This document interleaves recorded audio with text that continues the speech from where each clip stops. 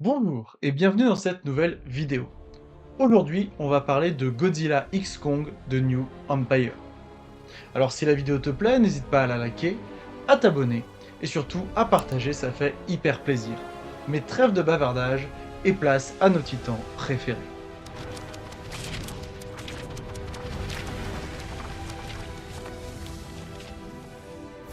Axe. Godzilla X Kong de New Empire est la suite directe à Godzilla vs Kong. Il se passe d'ailleurs quelques années après les événements de ce premier film. Réalisé par Adam Wingard, le film est sorti mercredi dernier dans nos salles. Au casting, on retrouve Dan Stevens, Rebecca Hall, Kaylee Hottle ou encore Brian Tyree Henry pour ne citer que. Le budget pour ce film est de 135 millions de dollars.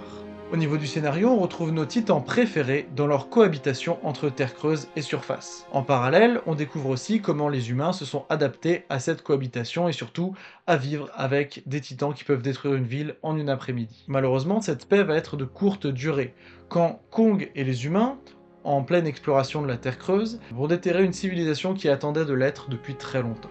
Attaqués par Scar King, le roi singe déchu, les deux créatures vont devoir peut-être fonder une alliance avec les humains et peut-être même d'autres créatures pour réussir à combattre ce conquérant. Scar King, quant à lui, va tout donner pour conquérir à la fois la Terre creuse et la surface, désireux de voir le soleil de ses propres yeux. Entre action, combat, résurrection ou encore destruction, ce film palpitant vous emmènera dans une aventure épique. Comme d'habitude, nous verrons d'abord les points positifs, puis les points négatifs, avant de finir sur mon avis sur ce film. Commençons donc par les points positifs. Premier point positif, on a les effets visuels. En effet, pour ce genre de film où on sait qu'il y aura beaucoup de CGI, les effets visuels sont cruciaux. Et pour ce film, c'est extrêmement réussi. On a vraiment des progrès titanesques qui sont faits au niveau par exemple des poils des titans, par rapport au jeu de lumière et surtout au niveau des fluides. En effet, bon, il y a des scènes pas vraiment essentielles qui sont mises là juste pour que les équipes montrent qu'elles savent faire des fluides cohérents. On a une scène où Kong détruit un monstre au-dessus de sa tête et donc il y a tout le sang gluant et vert qui dégouline et c'est vraiment réaliste, c'est bien fait, on a vraiment du poil mouillé. Pareil pour quand il va se laver juste après, on a la cascade qui dégouline sur lui et c'est franchement très très bien fait. On a même de très gros plans, vraiment bien réalisés, avec les détails des pupilles, les détails de la peau, des rides, qui sont vraiment très bien réussis. On voit donc que les effets visuels sont vraiment maîtrisés par les équipes. Deuxième point positif, on a les combats.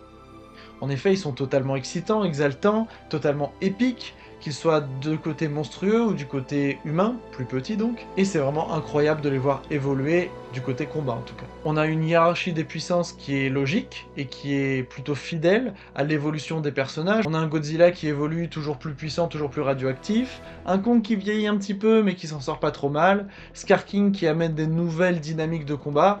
Franchement, c'est hyper équilibré et c'est hyper cool. En plus, on a le droit à des ralentis qui sont titanesques. Et donc, bah, on prend plaisir au combat. Troisième point positif, je l'évoquais un peu dans l'évolution des personnages, on a la personnalité des titans. En effet, ce qui est intéressant ici, c'est que, bah, les titans ne parlent pas. À part Kong qui a appris quelques mots en langage des signes, on a les titans qui ne parlent pas, ils crient entre eux, ils se comprennent, mais nous, en tant que spectateurs, on n'est pas censé les comprendre. Et c'est très réussi parce qu'en fait, on les comprend. À coup d'expression faciale, d'expression corporelle, de regard, on comprend exactement ce qu'ils ressentent. Ils les humanisent presque, et donc on s'y attache, et c'est ça qui est très réussi. C'est que bah, le singe ressemble à l'homme, on le sait, et donc on a l'impression de comprendre Kong. Godzilla, lui, est un petit peu plus froid, un petit peu moins sentimental, mais on voit quand même dans ses yeux et dans ses réactions qu'il est choqué en voyant certains personnages, on y reviendra, qu'il est énervé, qu'il est plutôt à bout de force, et ça c'est hyper bien réussi, sachant que bah, y a pas une seule parole. Donc, bravo. Au niveau de Scar King, on a là un vrai méchant, à la fois terrifiant par la forme et par le fond. Il a une personnalité vraiment violente et surtout vraiment perverse. Il aime voir souffrir. Et donc, ça en fait un méchant du cinéma qui est plutôt cool, même si un petit peu caricatural. L'ajout du petit bébé singe, qui est à la fois un ressort comique et puis un ressort sentimental pour Kong, est vraiment cool et sert vraiment au récit. Il pourra peut-être plus tard devenir son descendant, pourquoi pas, on y reviendra. Mais en tout cas, cet ajout est un ressort dynamique plutôt cool. Après avoir parlé de ces titanesques points positifs, parlons de points négatifs qui le sont tout autant.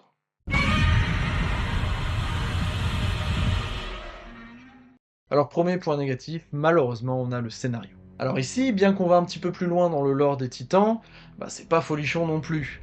On a vraiment une intrigue téléphonée, où on sait ce qui va se passer à l'avance, on n'a pas de grosses surprises, ou en tout cas des surprises censées être grosses, bah, qu'on connaît déjà. Et on a surtout un cheminement d'une quête initiatique qu'on est censé déjà avoir vu dans les origin story, donc c'est dommage de retrouver une évolution bancale ici. Alors ce qui pourrait sauver l'affaire, c'est l'intervention humaine pour garder un fil rouge, sauf que ici, on y reviendra dans le deuxième point négatif, les humains apportent plus d'incohérence que de cohérence. Le film va très vite, très peu de moments de détente pour essayer d'activer les combats, parce que ils ont réussi, c'est beau et c'est dynamique les combats, donc ils veulent en mettre un maximum, mais du coup, les moments de lore un peu plus calmes sont mis sous les pattes de King Kong, écrasé. On a pourtant des enjeux impressionnants, mais qui sont réglés trop rapidement. Un combat, et c'est réglé. Il y a un gagnant, il y a un perdant, il y a des fois une égalité, mais on n'arrive pas à s'accrocher à une intrigue qui pourrait être complexe, mais qui ne l'est pas. Deuxième point négatif, et il s'accroche un petit peu au précédent, mais en étant plus précis, c'est le côté spirituel.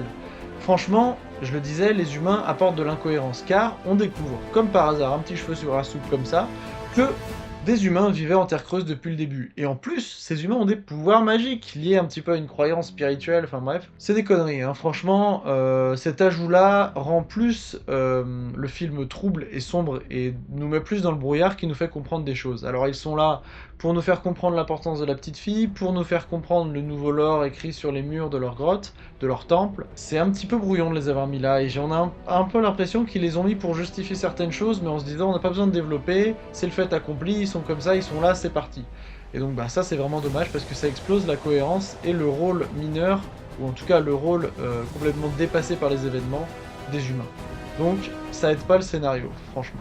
Bon, après avoir vu ces points négatifs, je pense qu'on peut passer à mon avis sur ce film.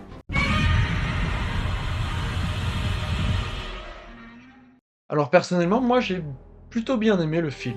Bon, je m'attendais pas au film le mieux écrit de l'année, évidemment, hein. Quand on va voir ce genre de film, on s'attend à des explosions, on s'attend à du combat, on s'attend à en prendre plein les yeux, et pour le coup, je n'ai pas été déçu du tout. J'ai découvert vendredi dernier, en avant-première, avec notamment une soirée, avec les deux films qui s'enchaînaient, donc Godzilla vs Kong et Godzilla X Kong de New Empire. C'était vraiment cool parce que du coup on était direct dans l'ambiance, on était dans le vif du sujet, et ça nous a rafraîchi des événements d'avant. Donc, plutôt cool au niveau de l'expérience. Au niveau purement du film, certes, le scénario ne m'a pas emballé, le côté spirituel m'a clairement saoulé, hein, on va pas se mentir. J'ai trouvé que ça tirait le film vers le bas, que ça venait comme un cheveu sur la soupe et que c'était inutile, hein, à part justifier des choses sans nous en dire de plus. Donc en gros, on nous explique pas pourquoi, mais on nous dit comment. Donc plein de questions en suspens, mais ils nous disent c'est un fait accompli. Donc vraiment ce côté-là m'a vraiment saoulé. Toutefois, le visuel a largement rattrapé cette expérience. Franchement, c'est beau, c'est travaillé, c'est réussi. Warner Bros et Legendary Pictures, c'est des gros prouveurs, ils nous montrent qu'ils sont capables, et ça fait plaisir au niveau des technologies pour les futurs films, pas forcément du Monsterverse, mais les futurs films. On voit que la technologie de CGI a vraiment évolué, et ça c'est cool. Au niveau des musiques, elles sont extrêmement épiques, elles accompagnent parfaitement des combats qui le sont tout autant. On a des ralentis magnifiques, on a des coups de poing monstrueux, on a une chorégraphie qui est vraiment travaillée.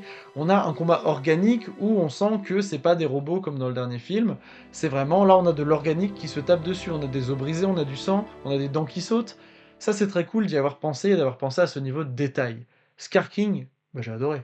Scar King vraiment est un méchant qui est plutôt cool et qui est cohérent avec cette saga, qui n'est pas trop, mais qui est à la fois pas assez. Il est aussi bien psychologiquement que physiquement, moi, je le trouve très cohérent et surtout terrifiant. Ça fait un très bon adversaire. De plus, la créature de glace qu'il a avec lui, ça ajoute vraiment ce côté Godzilla et Kong contre ce binôme aussi terrifiant. On a un peu le dark binôme, même si, on l'apprend plus tard, la glace n'est pas dévouée à Scar King, il est contrôlé. Ou plutôt, elle est contrôlée. En parlant de Titan, quel plaisir de retrouver Mothra, c'était vraiment mon Titan préféré dans Godzilla 2, et bon, elle s'était sacrifiée, c'était magnifique, mais là, un retour, bon, même si elle a été ressuscitée par le côté spirituel, on met ça de côté, bonjour Mothra, bienvenue à toi, et on te prend avec plaisir. En plus, elle était vraiment logique, on la ramenait pas forcément pour les fans, même si ça a joué un peu. On la ramenait pour faire un petit peu le ciment entre Godzilla et Kong, avec les humains en plus. Vraiment, tout ce petit monde a évolué contre Scar King, et elle arrive pour lier tout le monde. Et ça, c'est vraiment cool. Au niveau des humains, mis à part le côté spirituel, c'est très cool de les voir évoluer en technologie et s'adapter. à la vie avec Godzilla. Au passage, très drôle de voir que le lit de Godzilla, littéralement, c'est le Colisée, c'est plutôt drôle. Mais cette évolution en cohabitation est très intéressante, et pour le coup, c'est le côté du scénario qui est développé, et qui est développé de façon cohérente, et c'est cool. J'ai vraiment apprécié qu'on fasse évoluer les personnages, que ce soit du côté puissance pour Godzilla, avec son changement de couleur aussi, qui peut rappeler les Super Saiyan de Dragon Ball.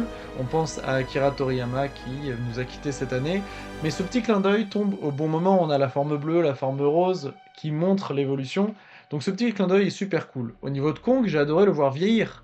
On a un poil grisonnant, on a une petite barbe, il a une petite barbe dans celui-là, et donc bah c'est cool de voir que les personnages évoluent aussi physiquement.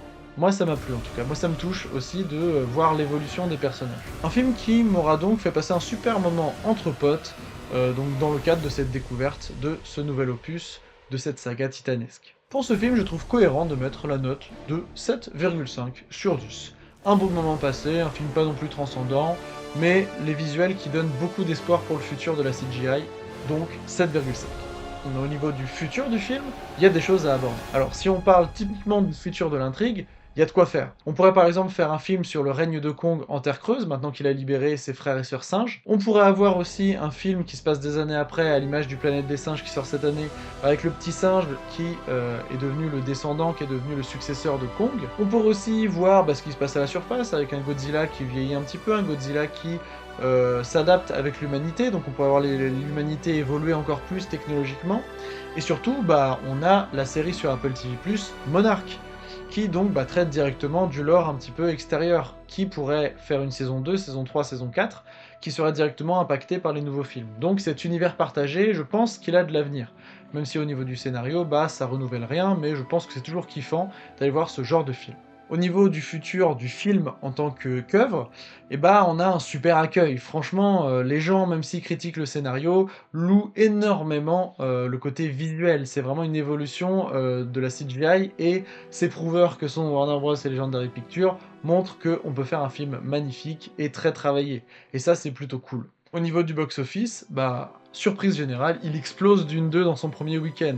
Et ça, c'est que les chiffres US, avant-première, et un petit peu en Asie. Ça, j'ai pas trop les chiffres là-dessus, mais c'est incroyable de voir que Dune 2, qu'on pensait être la grande réussite de début 2024, finalement se fait détrôner en un week-end, enfin en tout cas dans son premier week-end, par Kong X Godzilla. Donc, franchement, c'est hyper cool, et surtout, on attend de voir les sorties européennes pour voir l'évolution qu'il peut avoir, parce que je rappelle que c'est que les US et les avant-premières, et bon, peut-être quelques d'autres pays, mais c'est incroyable. En tout cas, au niveau de la consommation première de ce genre de film, ça marche à fond et les gens seront au rendez-vous.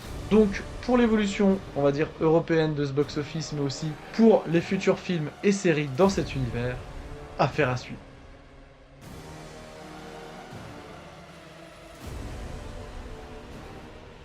Et bien voilà, c'est déjà la fin de cette vidéo sur Godzilla X Kong de New Empire. J'espère qu'elle vous aura plu. Si c'est le cas, n'hésitez pas à le dire en commentaire.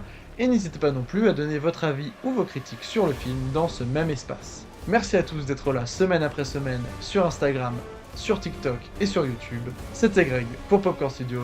Coupé.